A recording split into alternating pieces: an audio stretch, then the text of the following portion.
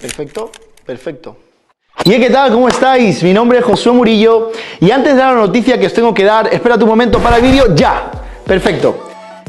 Así más tranquilo quiero darte una notición. Este jueves 31 de octubre estaremos celebrando los 507 años de la Reforma Protestante. Lo estaremos celebrando en el Salón de Actos del Ateneo Mercantil, en la Plaza del Ayuntamiento número 18, en la tercera planta. A las 7 de la tarde estaremos todos juntos ahí celebrando los 507 años. Algo que empezó siendo simple, como una llamada de atención de un tal sacerdote llamado Martín Lutero, que a lo mejor te suena, un sacerdote alemán.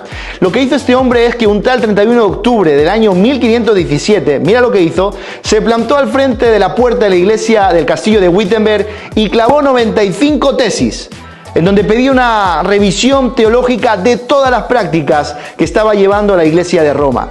Algo que empezó siendo simple se convirtió en un movimiento que no solamente ha transformado la Iglesia, sino que ha transformado la sociedad entera. Por eso te extiendo esta invitación de parte del Consell Evangélic de Valencia para que este jueves 31 de octubre podamos estar juntos todos a las 7 de la tarde recordando y celebrando los 507 años de la Reforma Protestante. Además, te quiero invitar a que vengas, ¿por qué? Porque estará con nosotros también transmitiendo en directo todo el evento en la cadena de televisión pública de Valencia, APUN. Así que vamos a disfrutar y pasar un tiempo maravilloso. Tendremos premios, celebraciones, conmemoraciones y muchas sorpresas más. Así que tú estás invitado y espero verte ahí porque tienes que traerte al amigo, al abuelo, al tío, al padre, a la madre. Toda la familia está bienvenida a que podamos disfrutar y recordar los 507 años de la Reforma Protestante. Además, en este día, jueves 31 de octubre, estaremos reafirmando y recordando los 5 principios básicos